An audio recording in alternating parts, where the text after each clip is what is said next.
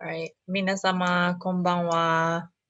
本日はアメリカ大使館主催の英語教授法オンライン研修にご参加いただきありがとうございます。My name is Grace Choi, and I'm an American diplomat at the U.S. Embassy in Tokyo, working on education and exchanges. I'd like to welcome you to today's teacher training session with Jenny Selvidge titled Task and Project-Based Teaching. Jenny is joining us today from Kansas City, Missouri in the United States. She's a TESOL expert and served as the State Department and U.S. Embassy Tokyo-sponsored English Language Fellow from July 2019 to March 2020, and was embedded in the Tokyo Metropolitan Board of Education. While here, she provided training to Japanese teachers of English and JET teachers. She's currently teaching ESL classes at Kansas University. Under the circumstances caused by COVID-19, the U.S. Embassy Tokyo has been providing virtual teacher training seminars by covering various TESOL topics. I hope you will find this online teacher training series useful in your teaching and that we will see you again soon. Thank you and enjoy today's session. Konbanwa, it's good to be with you. Thank you for taking the time to be with us on a Friday evening. It is early Friday morning here in the United States, but I'm very happy to be with you virtually. And let me get my presentation loaded here. Okay, today we are going to be talking about task and project-based learning. And this is a really big topic, and we could talk about it in great detail. But tonight, I'm just going to give you an overview of this approach and some things to think about as you plan your classes. And this is an approach that you can use, you can start to use a little bit here and there in your classes. You don't need to change your entire approach to teaching. But these are some things that you could try to add to your practice as English language teachers. So don't be too overwhelmed by thinking you have to change everything, but this is something you could start using little by little. So today we're going to talk about why you would use this approach. We're going to talk about the difference between task and project-based. Then we're going to go through task-based learning, TBL, and I'll give you some sample lesson plans. And then what a project might look like. And then we'll wrap up with just going over the benefits of this approach again. So why use tasks and projects? This is especially useful. I mean, it's useful for all students worldwide. But when I think about Japanese students, I think this could be extremely helpful for your students because, as we know, students lack motivation, they lack confidence, and they don't retain their English language. So they study for the test, they study for what they have to do in their exams, but they're not able to use English. You know, often I approached someone who had studied English in school for many, many years, but we couldn't have a conversation. And so I think that utilizing this approach could help increase students' motivation for learning because it's engaging. Then it will increase their confidence because they've practiced, they've used English in more authentic ways, and they will able to retain the English. They will learn the English better and retain it for longer. So this is why I think it was especially helpful for you and for your students in Japan. But it does take a shift in your thinking because it is quite different than how classes are run now in many places in Japan. So let's talk about some foundational ideas that are crucial for this approach. I'm having a little trouble today with my PowerPoint. Okay, the first idea is that language is more than just rules. This is a really critical idea, not just for task-based and project-based learning, but in general.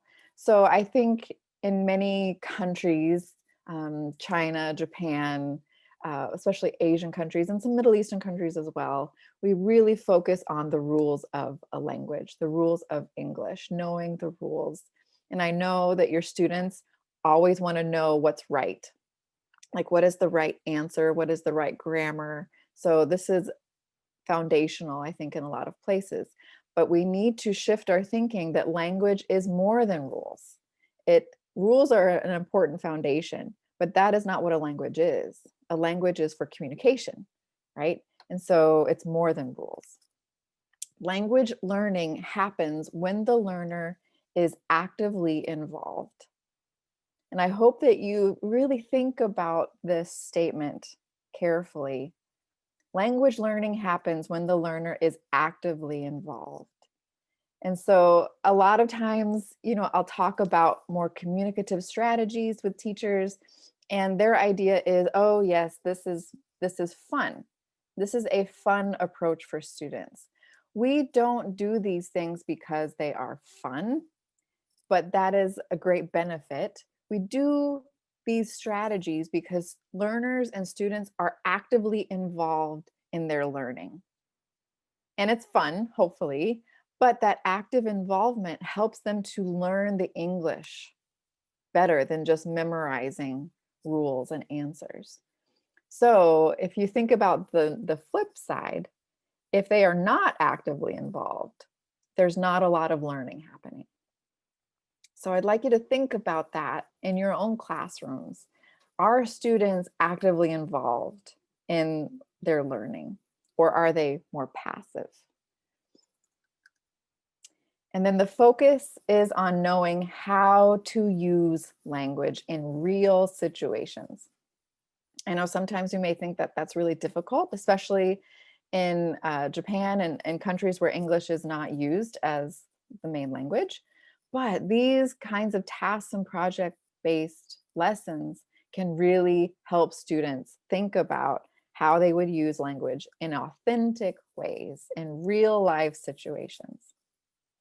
So if you think about these three ideas, it really is quite different than what many people are doing in their classrooms with English language learning.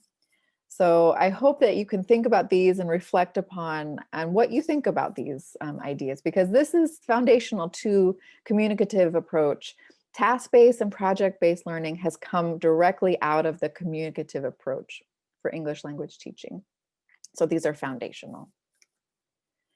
So let's talk about task-based learning and then project-based learning a little bit. So there are some things that are true for a task-based approach. One thing is it is related to real-world communicative activities. They're not abstract. They are authentic things that they would actually do in real life.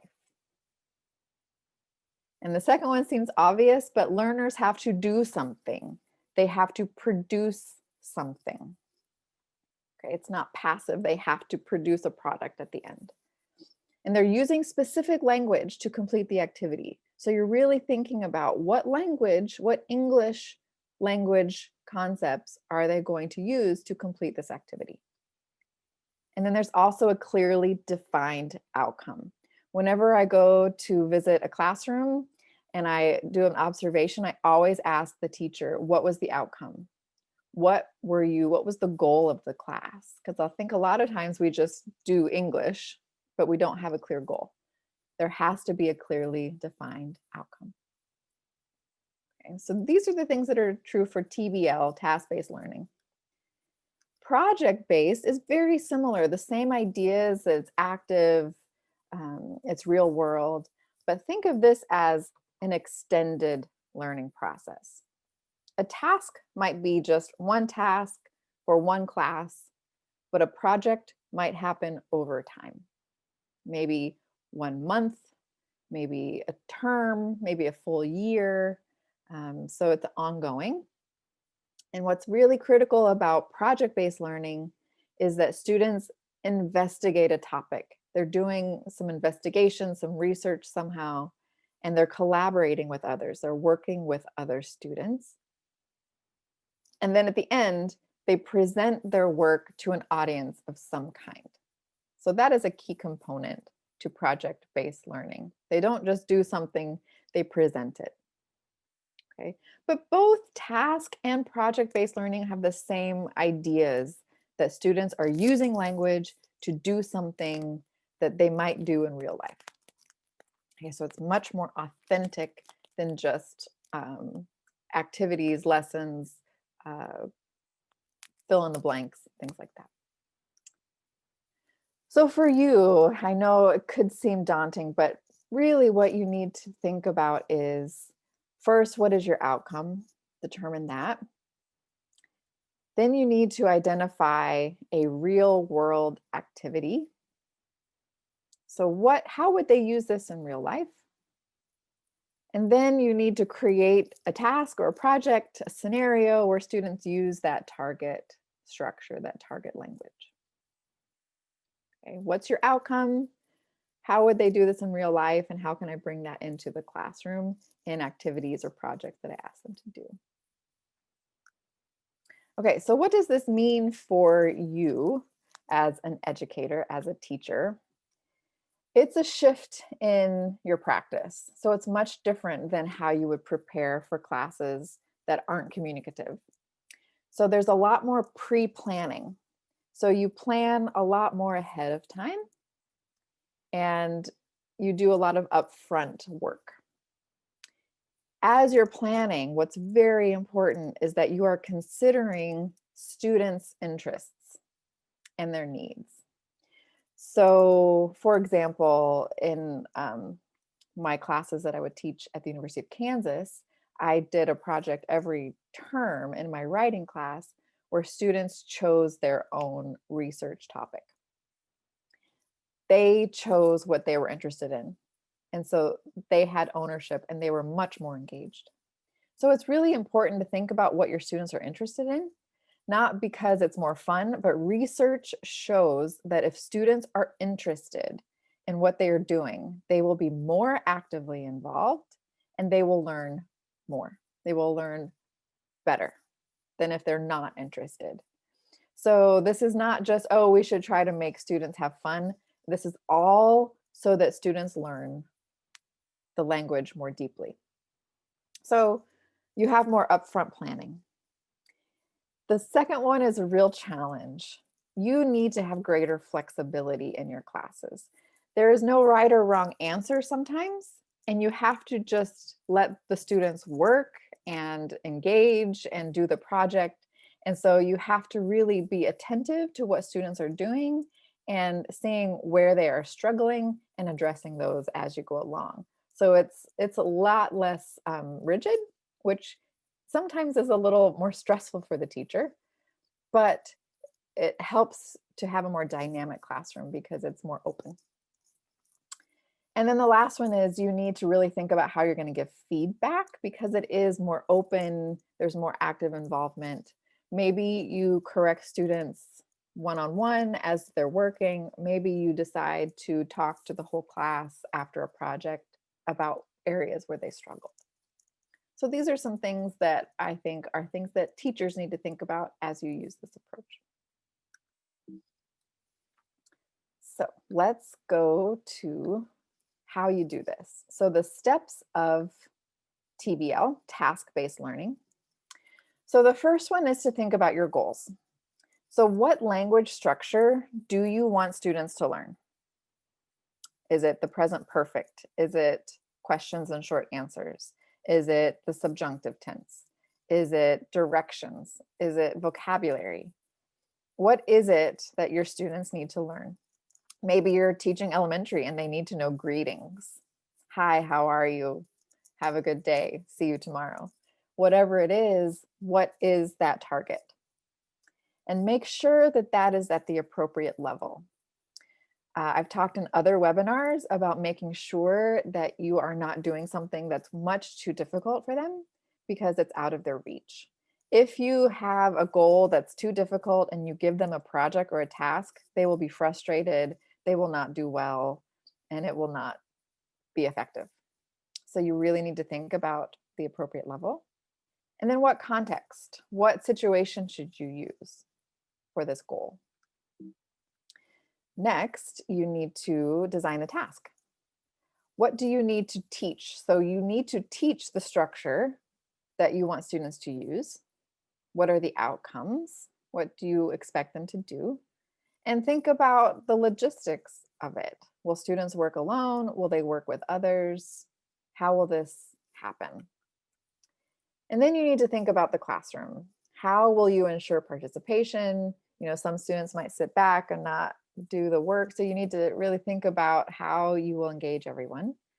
How will you give instructions, directions, modeling, and feedback? So these are some steps, and I'm going to show you how these might look in lessons. So when we think about a lesson in task-based learning, we have 3 segments: before the task, during the task, and after the task. So before the task, you prepare learners for the task. So whatever they need language-wise to do the task, you need to teach up front. So give background knowledge, you teach explicitly vocabulary or grammar, and then you give some practice to make sure that they are ready to use that. They don't have to be perfect, but that they feel comfortable or they have enough knowledge of that language structure to be able to do the task. Okay. Then during the task, you state the outcome, you've modeled the activity, you have directions posted clearly, and then you just give them room. You will give some space for them to engage, to practice. You might give correction if you think it's appropriate at that time. So the task is really fluid and dynamic. You're just kind of seeing how students are doing with the task. And then after the task, you review, okay, this is what our goal was. Did we reach our goal? And then this is a chance where you could give the whole class some feedback. Okay, I saw people struggling with this, so let's go over that again. Or whatever, or you did well with this. I think you guys got it. Good job. Okay, so 3 stages in a task-based lesson. So here's one example of a lesson plan. So our goal, students will be able to, the WBAT is our shorthand for will be able to. Students will be able to describe the best and worst products at their local combini. Okay, everybody goes to the combini, right? Everybody. And everybody knows what their favorite items are or which ones they don't want to buy, right? This is a real world activity. So this is my goal, that they'll be able to describe their products in English, what's good, what's bad. And the grammar that I want them to use are comparatives and superlatives with adjectives. And that gets a little tricky, right? This is the tastiest. This is the most tangy. This is the most bitter. This one is more bitter than that one. So there's a lot of weird grammar in there with how many syllables the adjectives have. So I want them to be able to use this structure when they talk about items at the combini. So their task is to compare items in 3 categories of products from a combini, put it on a poster, present it orally to the class. Okay. So my first step is to teach that grammar structure, the comparatives and the superlatives. So I would always start any lesson with eliciting from them what do they know already. So I'd ask them for a list of adjectives of food that they know. I'd write them on the board. We would talk about some of these words: delicious, sweet, savory, bland, tangy, bitter, sour, greasy, crunchy. You could go on, but really get them involved, do some brainstorming together. Then I would explicitly teach the grammar structure. Okay, let's use delicious. How would I use a comparative? Like, you can't say this is deliciouser than that, right? But you can say it's sweeter than that. Why? What's the difference? So we can talk about how to use these comparative and superlative. Okay, so explicit, this would look like maybe a more traditional class. It's important to give them some practice, some controlled practice, meaning you give them some tasks to do. You can talk about it. Everybody's doing the same thing. It's more like a traditional class, maybe some fill in the blanks. And then based on student performance, how they did there, you either need to say, oh, they don't get this at all. They're not going to be able to do the task at all. So I need to go back and reteach it in a different way. Or, okay, they have a good idea. Maybe they do not need to be perfect. That's not our goal. But they have a basic understanding of structure and they can begin the task. Okay, so this is my first step, teaching the grammar. And they know, okay, this is what the teacher is expecting me to use in this task. So here is the task. Here are the directions that I would give to the students. So the task is Konbini comparisons.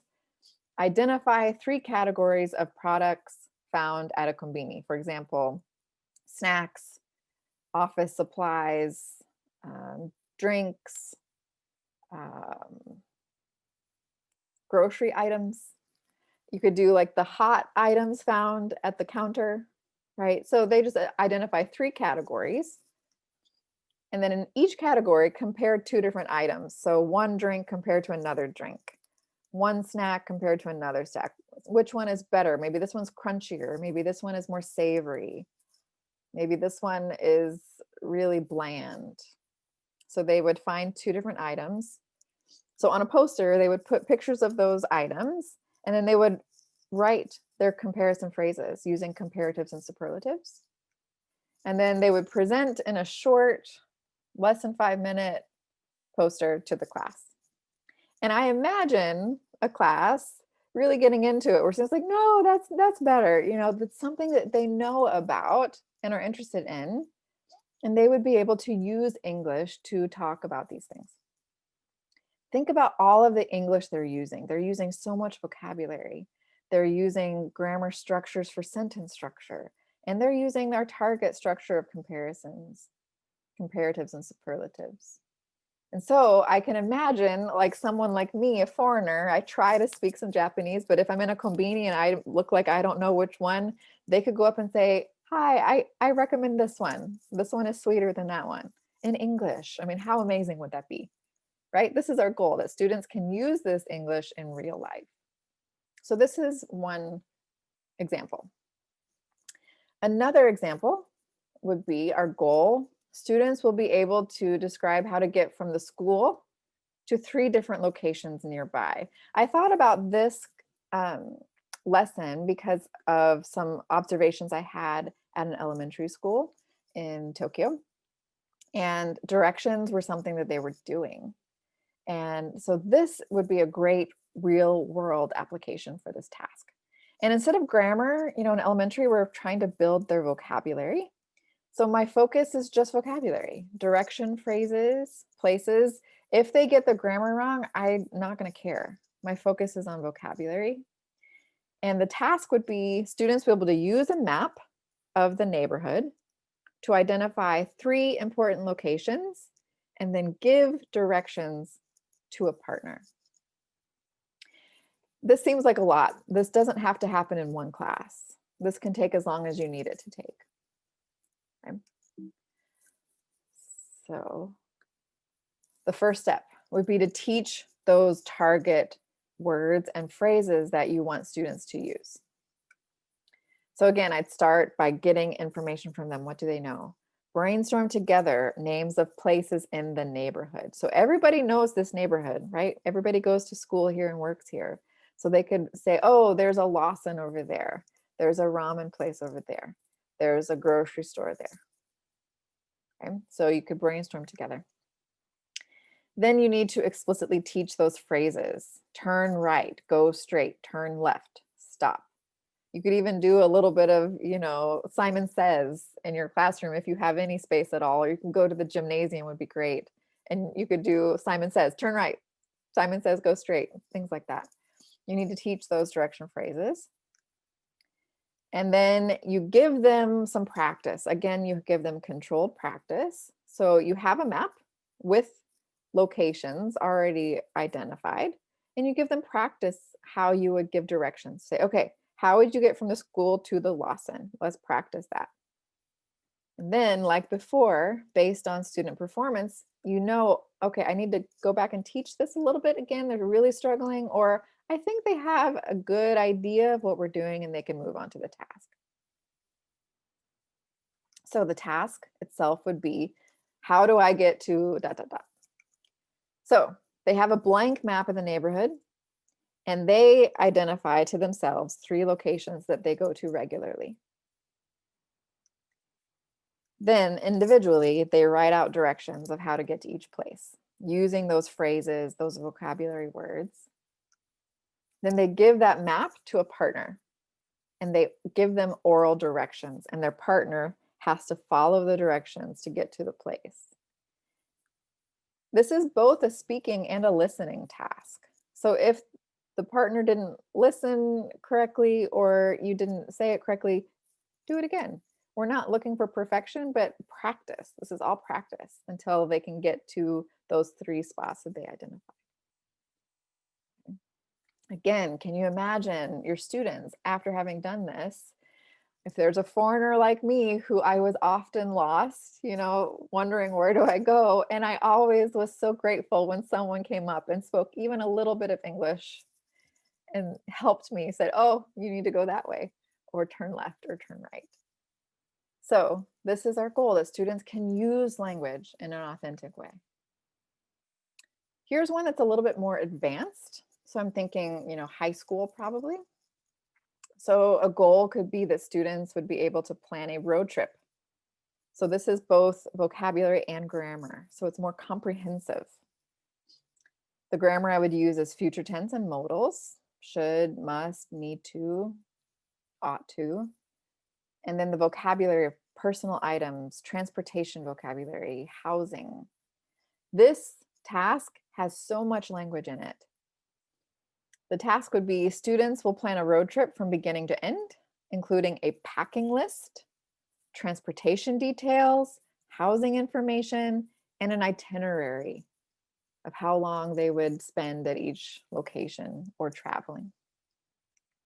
So my first step would be to teach or review the future tense and the modals. So again, I always start, I'm going to give them a scenario, say, hey, I'm going to go to Okinawa next week. So what should I bring? Where should I stay? How should I get there? So they can, and you can do some of this in Japanese if they're not sure, but you're warming them up to what you're talking about. Then you're going to teach those structures, the future structures, the modals. You will need a swimsuit if you're going to Okinawa. You should bring goggles and a snorkel if you're going to go into the ocean. Okay, so you do explicit teaching. And then you give them controlled practice. So maybe some fill in the blanks. Maybe you give them a bank of a few words to use in sentences.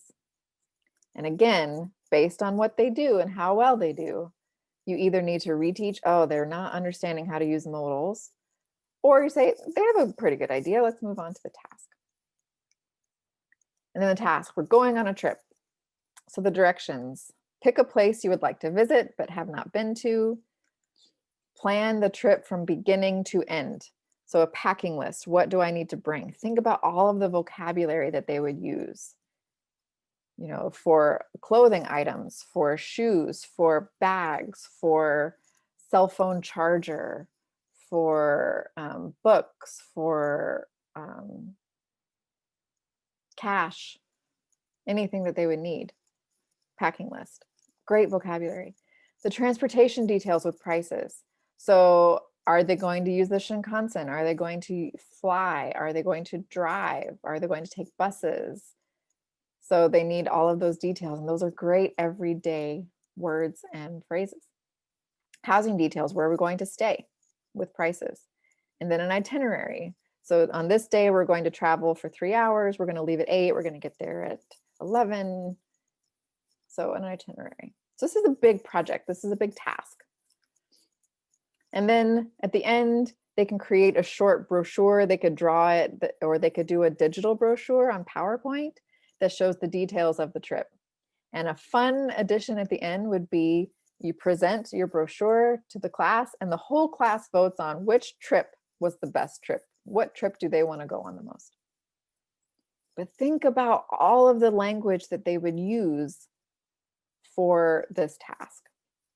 There's grammar, there's vocabulary, there's sentence structure. And they're engaged. So those are all tasks. So I want to move on to give you a sample writing project. I love writing projects. I use them a lot in my teaching. So here's an example. The students will be able to create a proposal for a new school building. I like this one because it gives students some say in their life. They spend so much time in a school every day. So if you say, if you could imagine a new school and you could create it and design it, what would it be? Again, I'm going to use future tense and some modals. And so the task is to create a comprehensive proposal that you would submit to the principal or to the BOE, right? So a really comprehensive proposal. We need a new building. This is what we propose. And I love the idea. I did proposals with my students, and it really gave them it felt like they gave them some power over, their voice, that they had an opinion to share that was heard.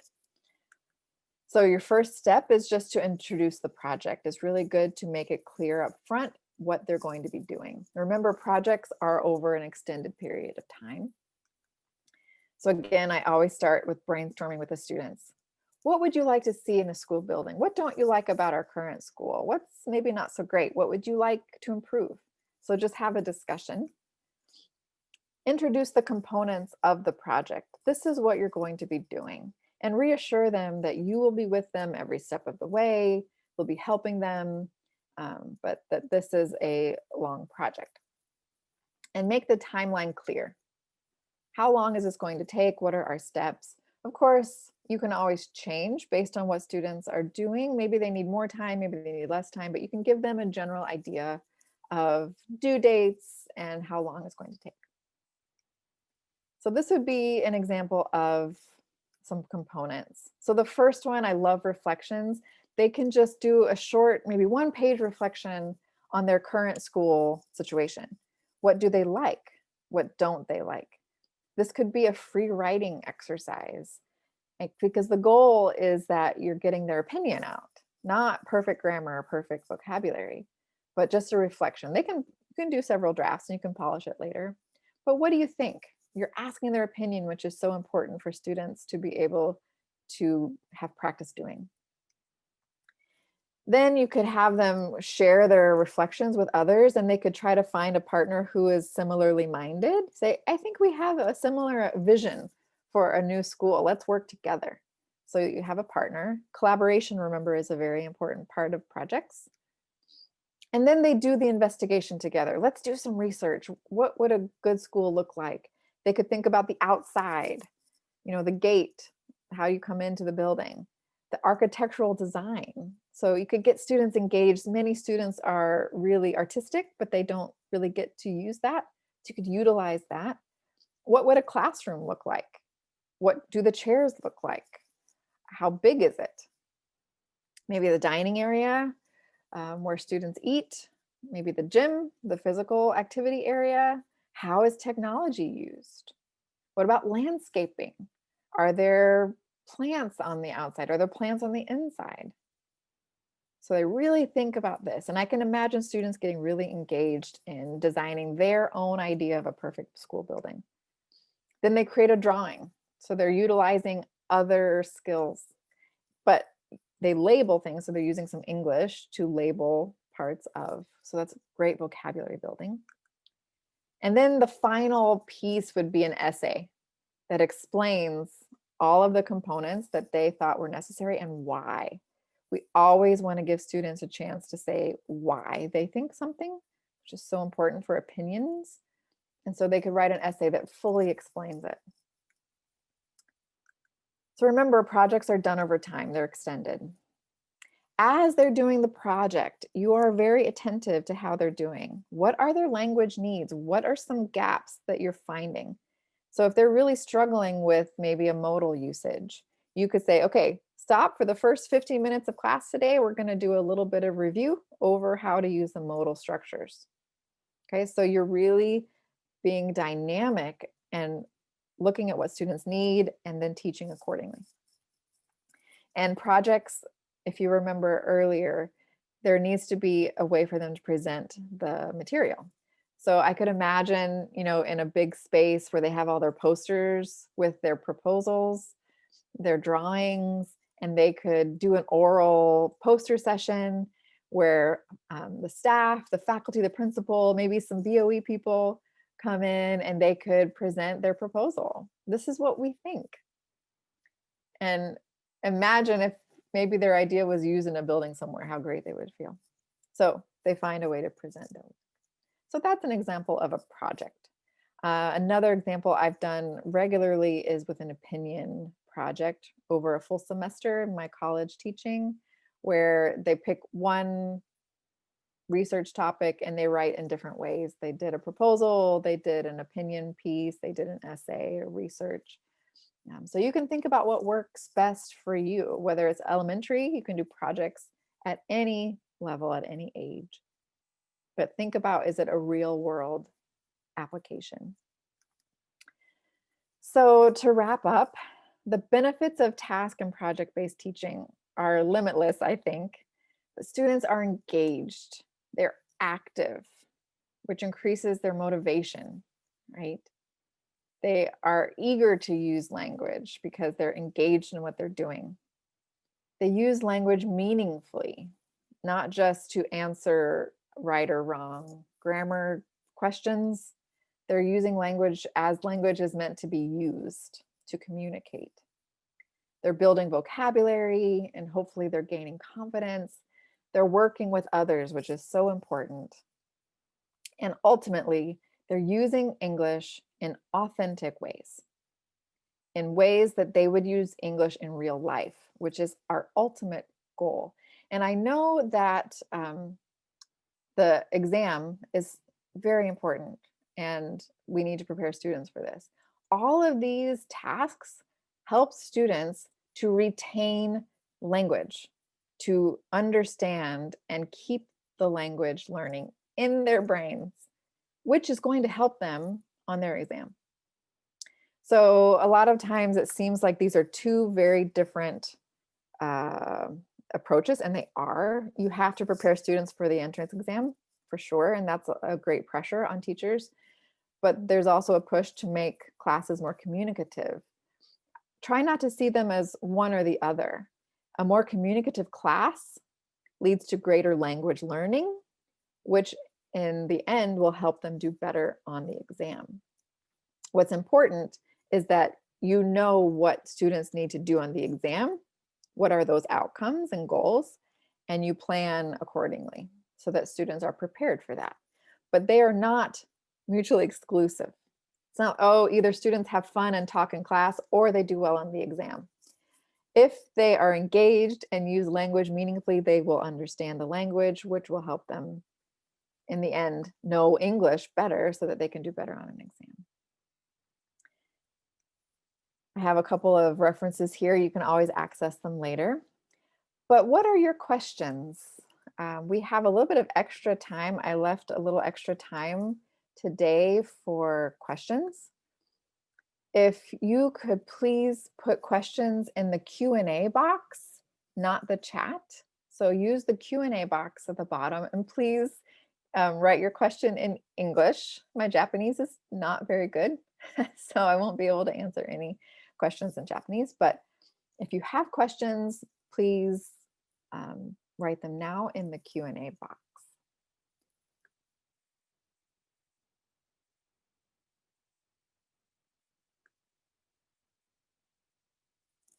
It always takes a couple of minutes for them to come in.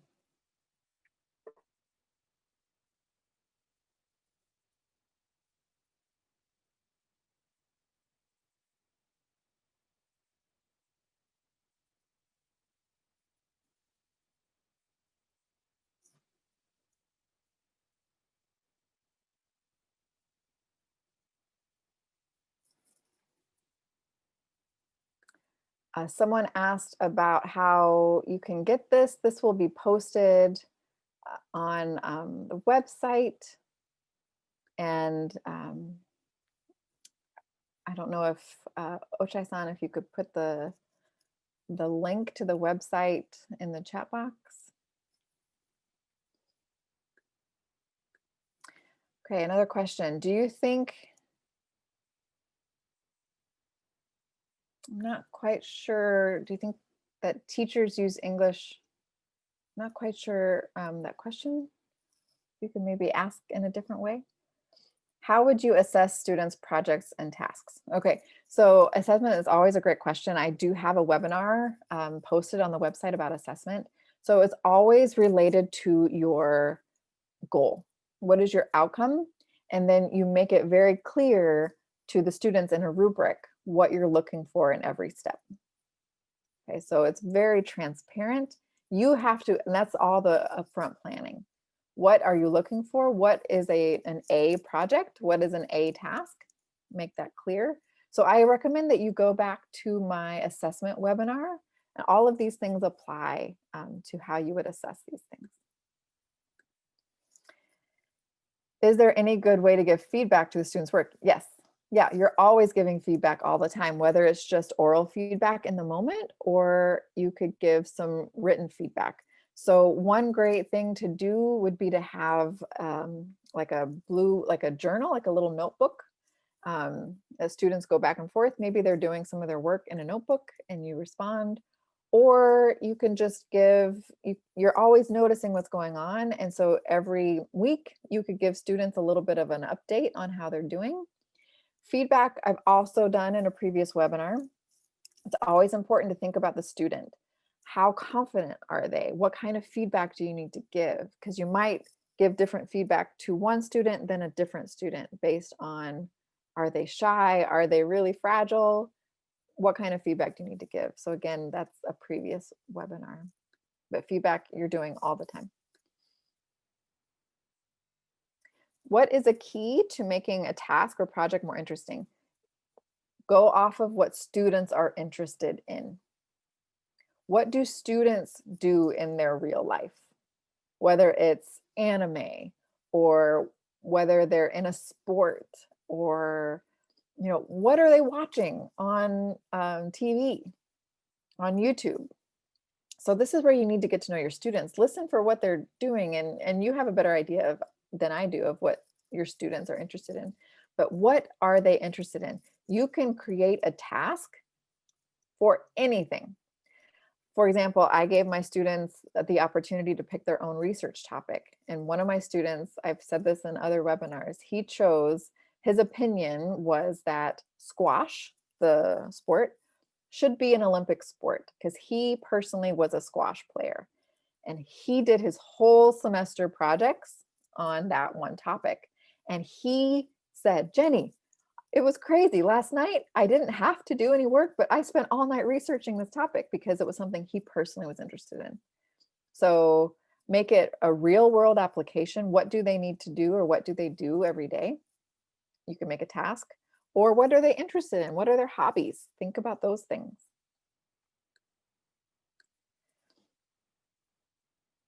Okay, this is a great question. Most of my students are too shy to speak out when I want to elicit the idea during brainstorming. Do you have any good ideas? Yes. So you could have them do it in small groups. Maybe they're a little more brave to talk with one other person or two other people. You could have students write things down on a piece of paper. You could use online tools. So you can use like Google Classroom. You can use where people anonymously answer a question and it comes up on the projector. That would be a great thing. So you have to think about where your students are. If they're too shy, then use other ways where they can answer anonymously. Or you could have the question at the end of class, and you could spend the last 5 minutes where they write down their ideas on a piece of paper. They put it in a box on their way out of class. You start the next class pulling out their ideas from the box. So there's lots of good ways for them to be able to participate without speaking. And then the more you do these tasks, you can start small. Hopefully, the more confident they would feel to speak. And again, any chance that you have to reduce the expectation of perfection in class, perfect speaking, perfect whatever, that is always important, again, to help students gain more confidence. How tolerant can a teacher be about the students using Japanese? I think that's a really good question. I think that depends on your students. I think if they're really struggling and they're just starting out, I think you could allow for more Japanese. As long as they're using the target structures that you're going for, that's your goal. That's why it's important to have a goal, and that's your target. So if they are using the vocabulary, but they're also talking in Japanese to figure some things out, I think that's fine. But are they able to do the goal in English? That's the important idea. Of course, the more English, the better. But know your students and help them move toward it slowly. Some Japanese is great. Or you could use Japanese to explain things, and that's fine. But your goal is to target structures, to target vocabulary, those things in English.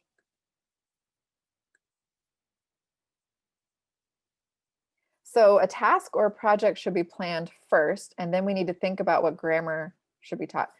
You think about your grammar or vocabulary first. So what is my outcome? So we all have outcomes. So for example, in elementary school, the goal is that students can use greetings. So that's my first task. What is the goal? So for elementary, it would be can use greetings. Then you plan the task. Okay, so if high school, maybe they need to learn how to use the present perfect. That's my goal. Students can use the present perfect. Then I figure out what task could I use where students use the present perfect. So your language goal is the first thing you need to figure out. And then you build a task that could get students to use that outcome.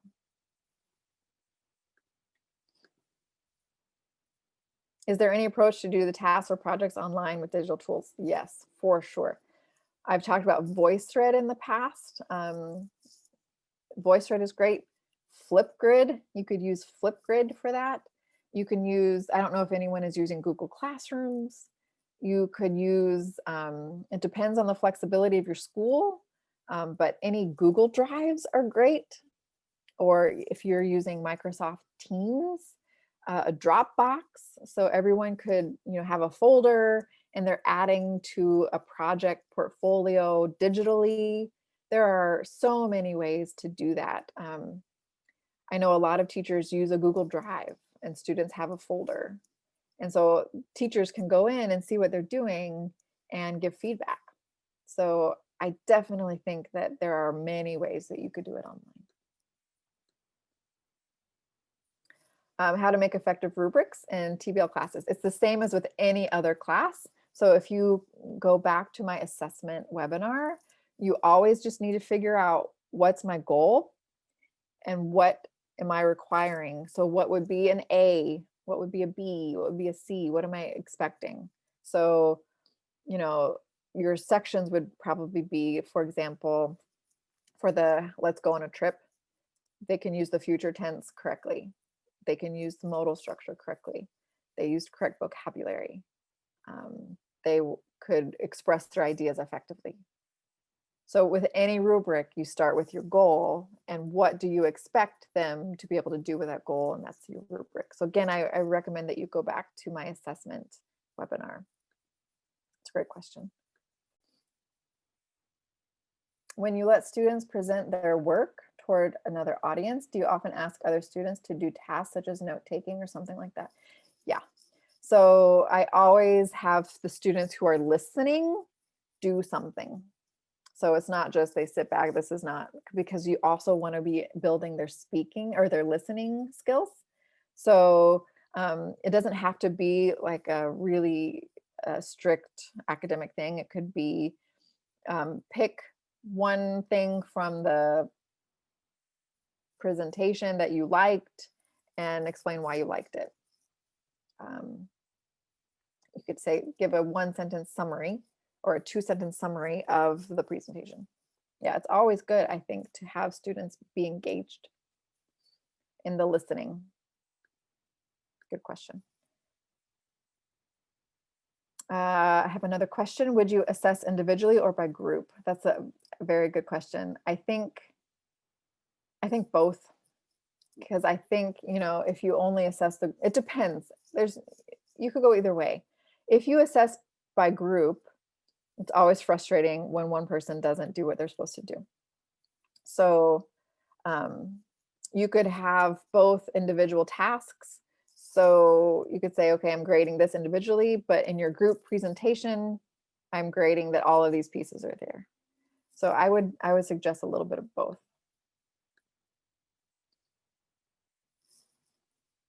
While I was a English teacher, I had my students write letters to presidents and prime ministers asking them to work for the general disarmament or software. That is excellent. That is a great example of a task-based learning environment. Excellent. Yep. So these don't have to be, I mean, I think a lot of you are doing this already, something real world. You could do it, you know, a lot of schools are really focusing on the SDGs. You could do something applicable to those things, climate change, recycling, pollution, things like that. Excellent. That's great. Any good ways to encourage peer feedback? Yeah, so I think you have to start with good modeling. What do you expect? Because I think we say, okay, give someone feedback and they have no idea what you're expecting. So I think if you model what you mean by good feedback, and I think if you model constructive criticism and positive comments, I think helping students to do that tactfully, you know, with respect. I think, you know, if you're looking at everyone's poster, they could have a sheet of paper for everyone's project and they have 2 columns, what they did well, what you think that they could improve on. So yeah, I think there's some great ways to do peer feedback in these tasks. Can you tell me the difference between task and project-based teaching and tasks? So I added 2 in this presentation. So task-based, project-based, and I talked about it earlier. A task is shorter and you do some upfront explicit teaching. A project is over time. So a project is extended. A task is more one thing. A project is over time. But they're both based in real world applications. If you wanted to do research, there's a lot of really tiny differences, but in general, a task is one thing, a project is over time. A project would be, I would consider many tasks. Okay, I already answered something similar. I like to put projects in my lessons, but while students are doing with others, they are sometimes using Japanese and discussing. They are junior high students, so they don't have enough vocabulary. Yeah, I think I already touched on this a bit. Yeah, if they are not confident and they're just learning English, Japanese, I think should not be something that they cannot do at all. I think, again, are they using English to use those target structures? If they are learning, you don't want to say only English because that decreases their motivation and confidence. So I think some Japanese is completely fine.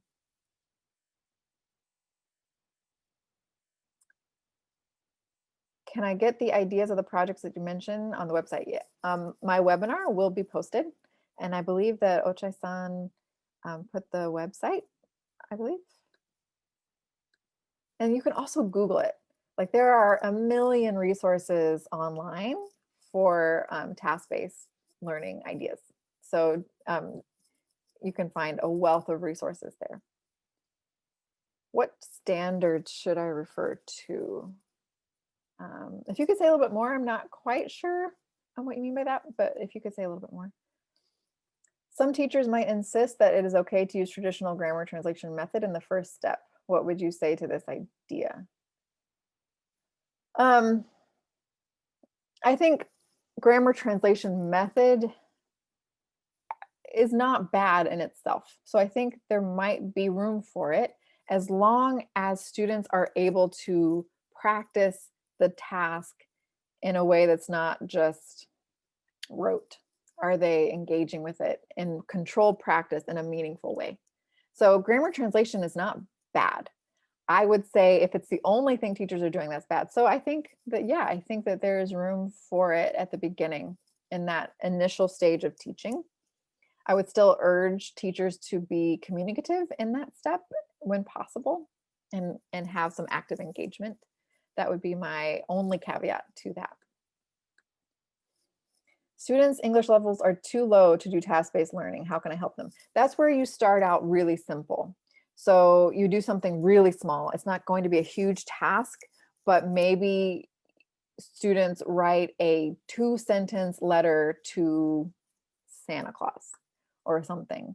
And you really work on very simple structures. So you can use tasks You just have to really be thoughtful about how you do it when the students have a very low level. You do a lot of scaffolding, you do a lot of preparation, and you make the task easy and accessible and simple. So I would encourage you to think about how to use tasks even at the low level. You just have to really think about how to do that in a very scaffolded way. Japanese students tend to say only good, nice things to their peers. How can we encourage them? I would give them a grade for it. I would make it part of their grade. You can make it anonymous. That's important, I think. If it's anonymous, like they could turn it into you and then you take their name off and you give it back to the student. But I think it's always a good incentive to give students a grade and really, I think, give them some feedback on why this is an important skill. This is an important life skill that you need. So we're going to practice it. And I know that, it's hard to tell someone something that's not nice, but this is not being not nice. It's being helpful to them so they can improve themselves. And so I think some conversation about what constructive criticism is and how it's helpful, but also if they do it anonymously, I think that would help with that. It's a good point. Should TBL and PBL goals be language goals? I am teaching high school students and sometimes it's not obvious to find a language goal for a lesson. If there isn't a language goal for a lesson, I would be concerned about what you're doing in that class. There should always be a language goal.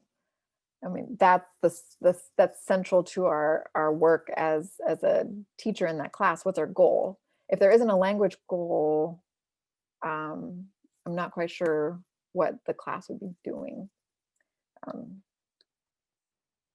Do you give students time to do self-feedback? And this will be our last question. Yes, I love giving students a chance at the end of a project to do some self-reflection. I do that in my projects, in my classes, just for them to be self-aware of what they did well and what they can improve on in the future. And a lot of times at the ends of these projects, a lot of my students would say, I didn't think I could do this when you told me the project at the beginning, but then I did. And so they can really see their own progress. And so I think, yeah, self-reflection is a really important thing. Thank you for all of your questions.